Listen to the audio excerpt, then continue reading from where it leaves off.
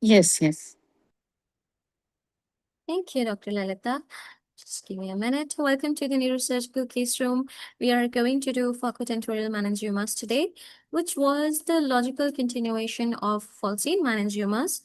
But I was realizing that it would have been a better choice if I had linked the tentorial meningiomas and then did the falcine meningiomas, and then we would have done the falcotentorial meningiomas. Because right now, I would have to go over the tentorial anatomy somewhat, because falcine anatomy, we have done it very recently. Tentorial, I think a lot of you would have forgotten. So let's start with the tentorial anatomy first. We know the attachments, how the tent attaches. I'm only going to go through it superficially, and I will leave a link to the tentorial meningioma video on the group and in the description of this video as well. So tent it's shaped like this basically. This is the skull base, and these are the fossas. We have the anterior fossa, and then we have the middle fossa, and then we have the posterior fossa right here. The tenth is a structure. It's a dural structure made up of, dura, and contains dural lakes, which are nothing but sinusoids or, venous pools, venous lakes. This is the petrous part of the temporal bone right around here. This is the occipital portion. And here, somewhere here, we have the anterior clinoidal processes. So the tent goes like this. And change the color. It attaches posteriorly to this occipital bone.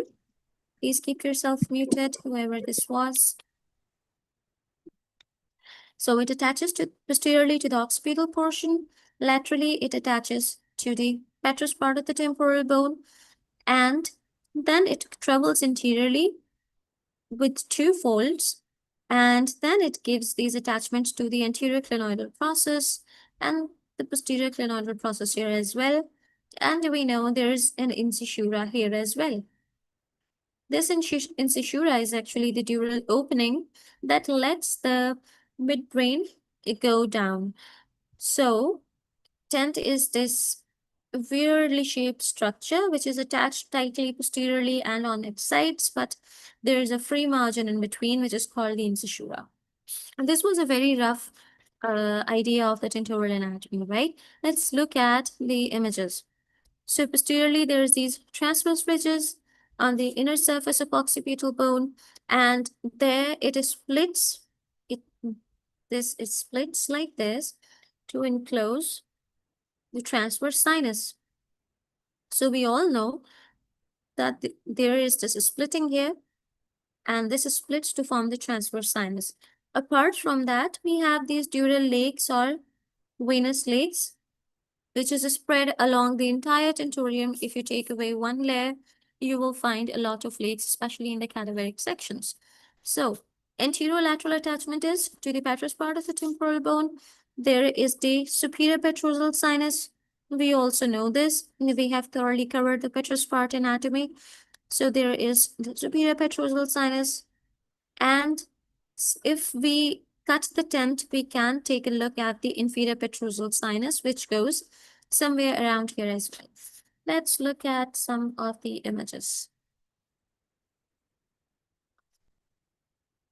I already mentioned the anterior attachments, which are to the anterior and the posterior clinoidal process. Then we have the free margin, which is called the incisura tentori, and it gives the space to let the midbrain pass.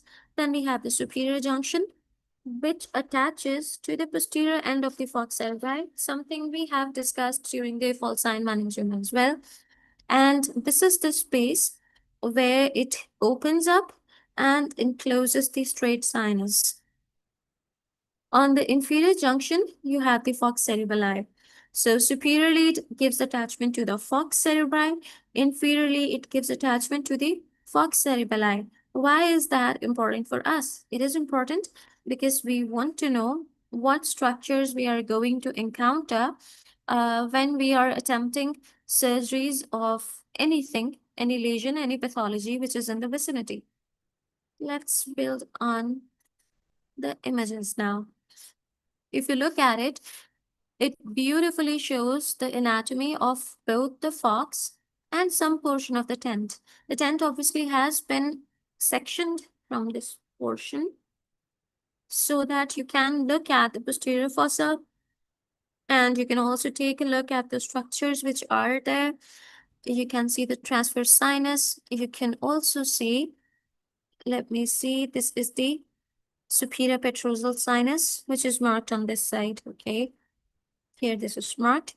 This is the superior petrosal sinus, and this is the inferior petrosal sinus that I was talking about.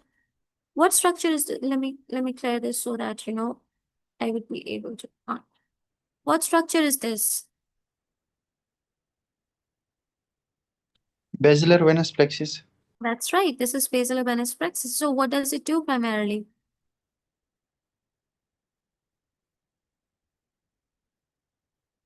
What is the function? What are the two major structures it is trying to join? It helps in communication with the cavernous sinus, right? Am I audible? Yes, ma'am. Okay, so on the lateral side, if I cut this structure here on the lateral side of these bones, you will find cavernous sinus, and the basilar venous plexus serves for a like communication. And if you look at how beautifully this entire structure is, which sinus is this? This is sphenoparietal sinus. This is sphenoparietal sinus. This is superior petrosal sinus. Sphenoparietal sinus also drains into the cavernous sinus, and then this is the basilar venous plexus, which runs along the clivus. It can communicate with cavernous sinus. It also communicates with inferior petrosal sinus here. And then which sinus is this? This one. Sigmoid sinus. Sigmoid. Yes, below this is sigmoid.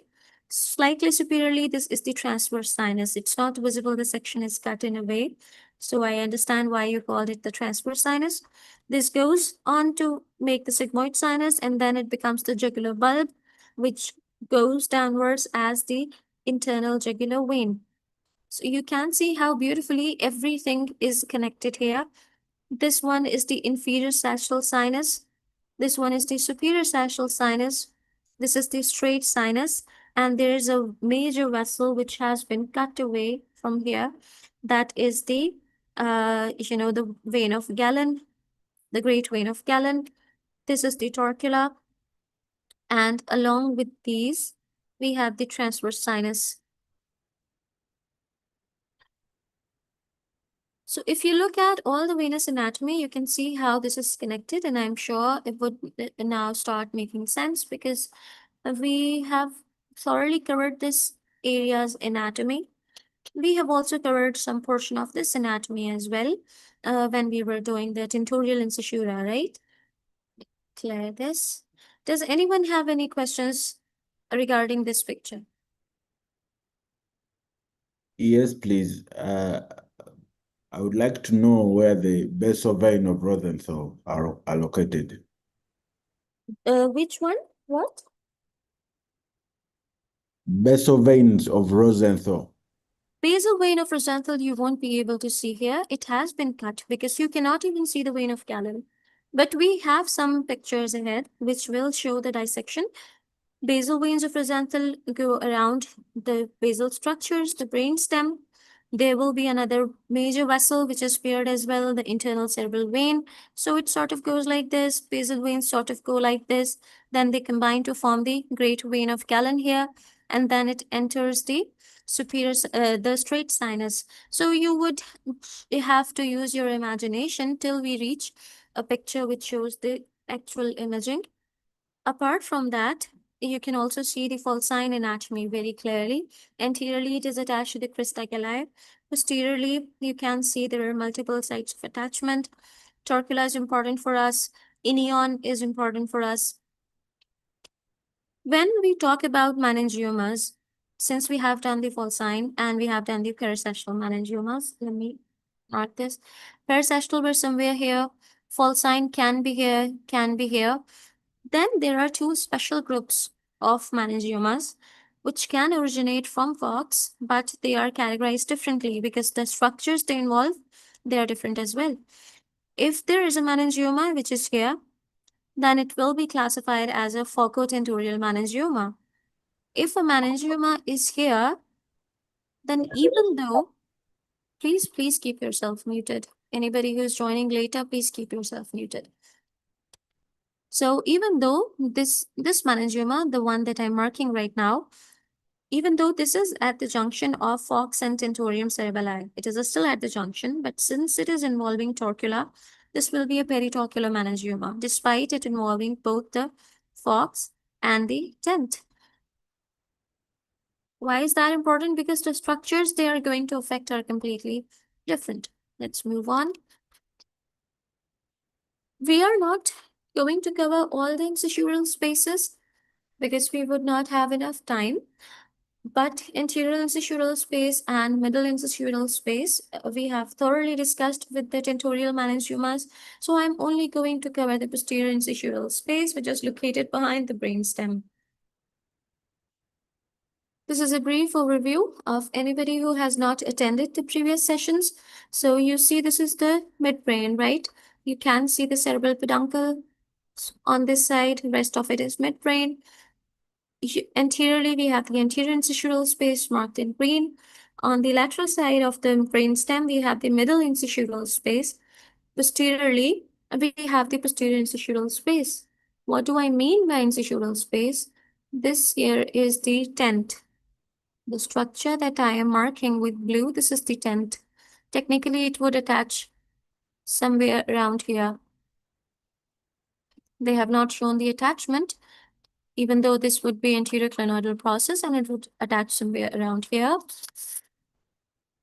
So this is the midbrain. In between this yellow structure is the posterior incisional space.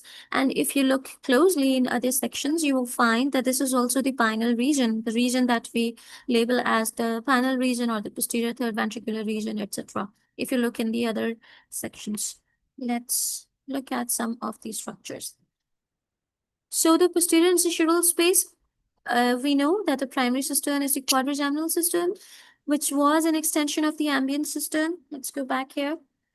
Which cisterns are these? Which cisterns are these? Interpeduncular system. That's right. This is the interpeduncular cistern. Which ones are these? Ambient system. And which ones are these? Sorry?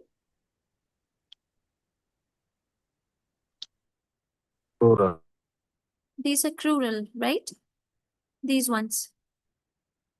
Crural and ambient. And which one is this? Quadrigeminal. Quadrigeminal So system. this is just a continuation and we have named them. They are not actually, rigidly demarcated. We have named them because we want to know what structures are passing through them. Especially PCA, because we know that PCA and PCOM, they both travel this entire region. The primary cistern in the posterior incisional space is the quadrigeminal cistern. When we talk about major vessels, they are the branches of PCA, which is the terminal branch of the basilar artery. There will be superior cerebellar artery as well, vein of Galen, which we are going to take a look at, and the paired internal cerebral veins and the paired basal veins. Both of these veins are paired, by the way. Cranial nerve 6 also courses around here, and it enters ahead the ambient cistern of the middle space. This is a loaded image, so I would strongly advise to only focus on posterior space. Let me turn on my pointer. This is your tent, and this is the major vein of Galen. And if you see, which vein is this? Dr. Shaffer, I believe you were the one who asked this question. Yes, please. Yeah, that's the basal vein of Rosenthal. Which one is this? The basal vein of Rosenthal. That's basal vein of Rosenthal, and internal cerebral vein I cannot see in this image as well. It has been dissected because it runs around the thalamus. So both of these structures appear. Vein of Galen is a single structure, we all know that. Apart from that, you can see some terminal branches of superior cerebellar artery. You can see let me change the color so that you would be able to see. You can see the cranial nerve 6, which is coursing anteriorly. And what other important structures can you identify? What is the difference between both of these images? They look similar, don't they?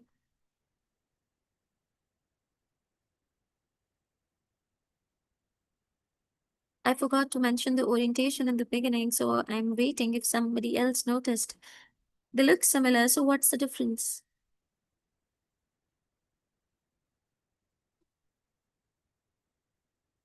Anybody?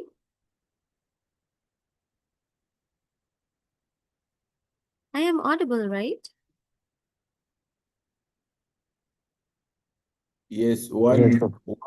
one Okay. section has been taken through the superior colliculus, whereas the other through the inferior colliculus.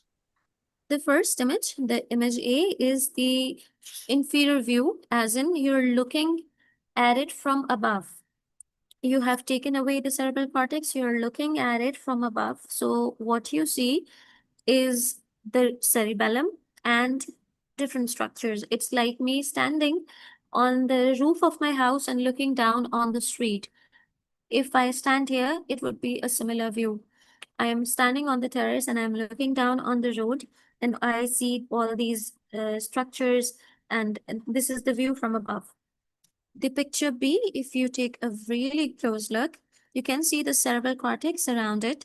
This is a view from below. I'm standing in my room and now I'm looking up at the roof. So this is the roof that you're seeing, and hence the structures are also different. Here you can identify the cranial nerve 3, the cranial nerve 6, which is coursing around here. There is PCA, which is coursing here. You can see the superior cerebellar artery when you're looking from above down on the structures, because SCA is slightly inferior to the PCA. We know that, right? This. So we have the middle temporal arteries, the anterior temporal arteries, etc., etc. But also, if we look from below, if I look at my roof right now, or if I am standing in the posterior fossa and I'm looking above, I will see pineal in this view. Pineal is not something that you would have a good view of if you're looking from above to below, which is this view. You can see pineal here, and you can also see the internal cerebral veins, which have been dissected off. Let's move to some clearer images. Excuse me. Do we have a question? Yes, please. On the last question, you keep saying nerve 6, cranial nerve 6.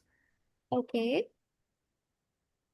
Uh, Could I have made a mistake? Let me check. Let me go back. I think it's the trochlear nerve. Okay. I might have made a mistake. Yes, it's Because trochlear. You're right. it's from behind. Yes, you're right. You're right. I completely made a mistake. This is trochlear. I think somebody has mentioned this in the chat box right now as well. That is Dr. Fatma, if I'm not wrong. Yes, this is absolutely cranial nerve 4. It's trochlear nerve. My bad. I completely mixed it up. Move. So we have the vein of Galen here. This is the pineal region. This is very up close, but a simplified illustration. You can see the pineal gland.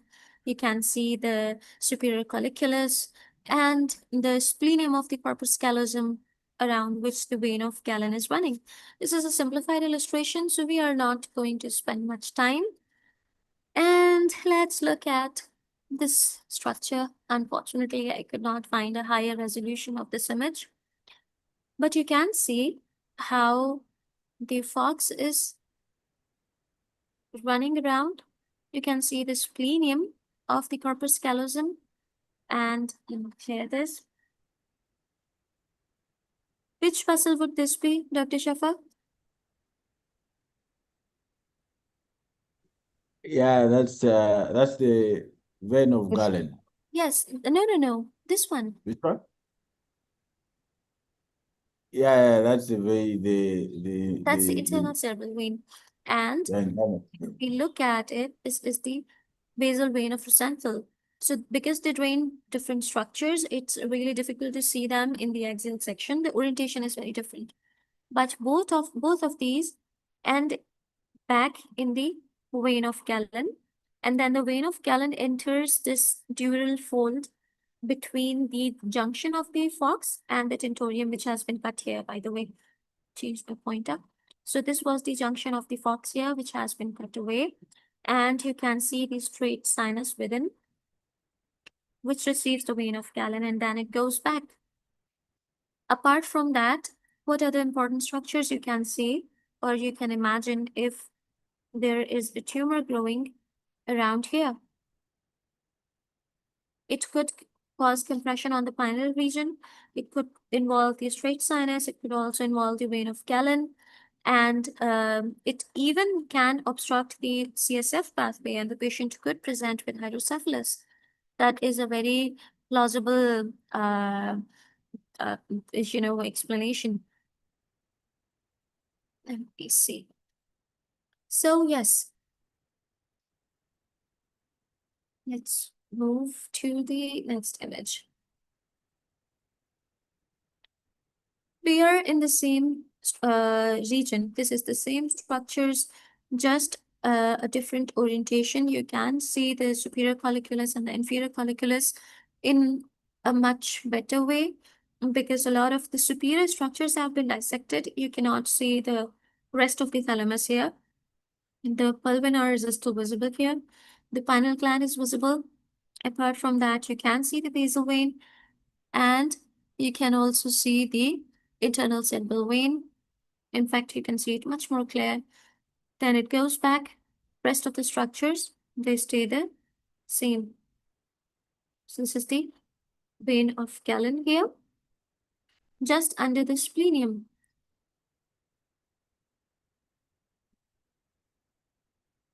This is a beautiful looking image, too beautiful to even draw on, but it gives us a very good idea of where the pathology happens. This is the classic site of a Falcotentorial Meningioma. Very classic. And if we imagine it's going to push the vein of Galen inferiorly, it could push the superior straight sinus posteriorly. Sometimes it could go on superiorly, depending on its exact origin. Apart from that, why are we so interested in vein of Galen? Obviously, you cannot sacrifice it. It's a non-negotiable structure because it helps in draining all the deeper structures of the brain. You cannot sacrifice it. Apart from that, orientation or the position of vein of Galen is going to help you decide where you want to go or where you want to approach the tumor from. If there is a lesion in this area, then we have discussed this in Tentorial Meningiomas as well, I believe. If there is a lesion in this area and it pushes vein of Galen towards this side superiorly, it's displaced superiorly, then you have a very good option of going via the supracerebellar infratentorial approach, the skit approach. But the skit would be very, very difficult if there is a lesion that is compressing. Let me clear all of this. If there is a lesion here, which is compressing vein of Galen towards this side, then even though the location is same, skit would be really difficult because as soon as you open, you're going to land on the vein of Galen and it is going to obstruct your view. Am I making sense? Yes, Yes, please. ma'am. Okay. So yes, Dr. Fatna, we do have Bessioni classification later in the presentation, but I'm not sure if we would be able to do it today. But we have this lesion here, and then we have one lesion here. There could be this involvement, and there can be a lesion here as well. I am sure Dr. Fatma knows what I'm talking about here. Maybe a few of you other people know as well. Clear this. If the vein of Galen is moved inferiorly, the other option is to go occipital transtentorial. Now, why is that a problematic approach? What would I counsel my patient if I am planning to go via an occipital transtentorial approach? I think there is a great damage. You can easily go through the visual cortex. That's right. So what does it do?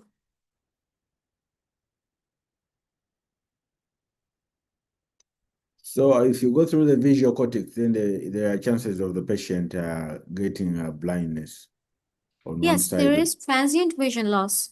There is vision loss. There can be homonymous hemianopia as well, or there can be complete vision loss, but it usually is transient. And that is because, we are retracting the cortex. So this is something I would need to counsel my patient about. That patient might not be able to see for a while after the surgery. But the good thing is that it is often transient and it comes back in a lot of patients. So let me clear all of this. Occipital transtentorial and supracerebellar infertentorial approach. These are two major approaches for the falcotentorial meningiomas, and the decision would depend on the exact location of the lesion and the vein of Galen anatomy as well. Let's move to the next slide. These are some other views of what to expect when you're going through this corridor, because that is the ultimate goal, right? We are studying anatomy because we want to be better aware of the structures we encounter. This is the falcotentorial junction again. You can see the tent has been cut away, the falx has been cut away from this portion, but apart from that, you can also see these dural lakes within the tent. And why are they a problem? They are a problem when you are going transtentorially. If I am going via occipital transtentorial approach and I plan to incise the tent, which is the goal, right? If I plan to incise the tent, there are two things I would be very wary of. First is cranial nerve 4, the trochlear nerve, because it runs right around the corner. It's visible here as well, and here as well. Apart from that, these venous lakes, they are going to bleed. So these are two structures I do not want to damage even before, I have entered my territory, because the goal is going to be here. Does anyone have any questions regarding the anatomy?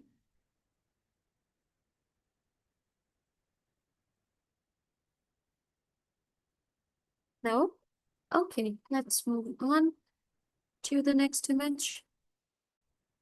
So we have classifications. We have two classifications in fact, and a third one, which is a part classification.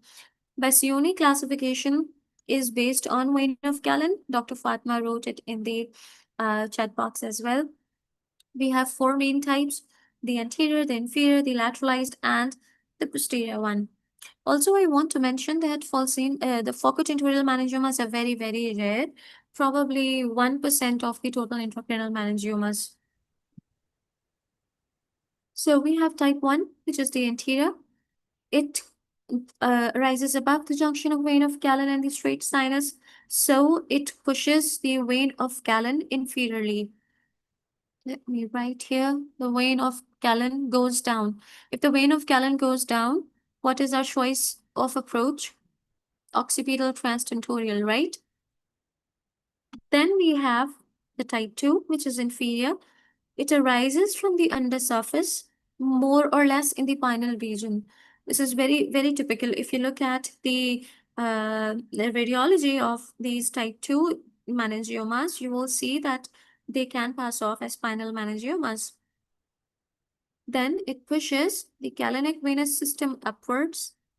The vein of Galen goes up, so we go down. Supracerebellar infertentorial approach. Type 3, usually they are either lateralized on one side or sometimes they are bilateral, growing more on the one side but also involving the other side. So they sort of make this cherry-like appearance where they are bigger on one side and smaller on the other side. And they arise from the tentorial incisura. Vein of Galen can be displaced medially to the side of the tumor, the greater side of the tumor. Then we have type 4, posterior or the longitudinal, and it arises along the straight sinus. So if you remember, this was the vein of Galen and this was the straight sinus. So these arise somewhere around here between the vein of Galen and the torcula, involving only the straight sinus. If torcula is involved, it is a peritorcular meningioma. It will go out of the Falcotentorial Meningioma category. And it pushes the vein of Galen contralaterally. Let me show you the picture. I have linked down the article below where you can read the entire article. It's free to read, by the way. It discusses 2 classifications, the Bassioni classification and the Asari classification as well. If you look at these images, the pink one, this is type 1,